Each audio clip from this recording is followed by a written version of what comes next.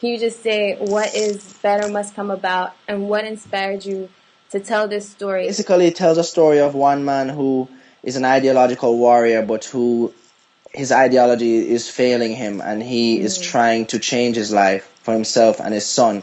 But it's also through this character, it's a step inside the very complex and dangerous world of the 1970s in Kingston, where the political parties, one backed by the US, the other backed by Cuba and other socialist forces, were fighting each other on the streets of Kingston through arming Jamaican street gangs.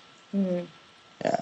And, you know, even though the content of the film is really serious and heavy, I like that we were laughing a lot in the audience throughout the film. The characters are really sarcastic. That, you know, a film is like a journey. Is a journey for your audience, and if it's a film about tension, you can keep ramping up the tension bit by bit by bit. But if you keep doing that, after a while, it'll just feel like a continuous flow. You kind of have to build up the pressure and then release it a little bit so that you can build it up again. And with Better Mus Come, the humor was the valve to let off some of the tension so that could continue to build. Yeah.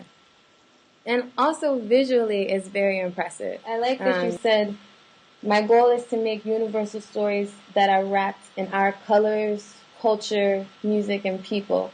And I want people to know that there's an aesthetic for Caribbean film. So I think that's very inspiring. Can you say more about your aesthetic and what do you think makes it special coming from a Caribbean angle? Yeah. Well, first of all, I think if one can develop, or a region can develop a certain style, it's greater than a singular film. It really kind of solidifies yourself as a place where there's a real movement happening. And you could see that in Brazilian film, in films out of Mexico City, etc. My aesthetic, I mean, I am obviously a student of the great filmmakers and the great films that came before me, so I have definitely learned from a lot of different films. But I'm very much into realism in a major way, but then I'm also very much into stylized filmmaking. And I think my films come off more in the realism realm, but I definitely use my cinematography in a very I don't want to say stylish, but you can see it. It's forceful in a way.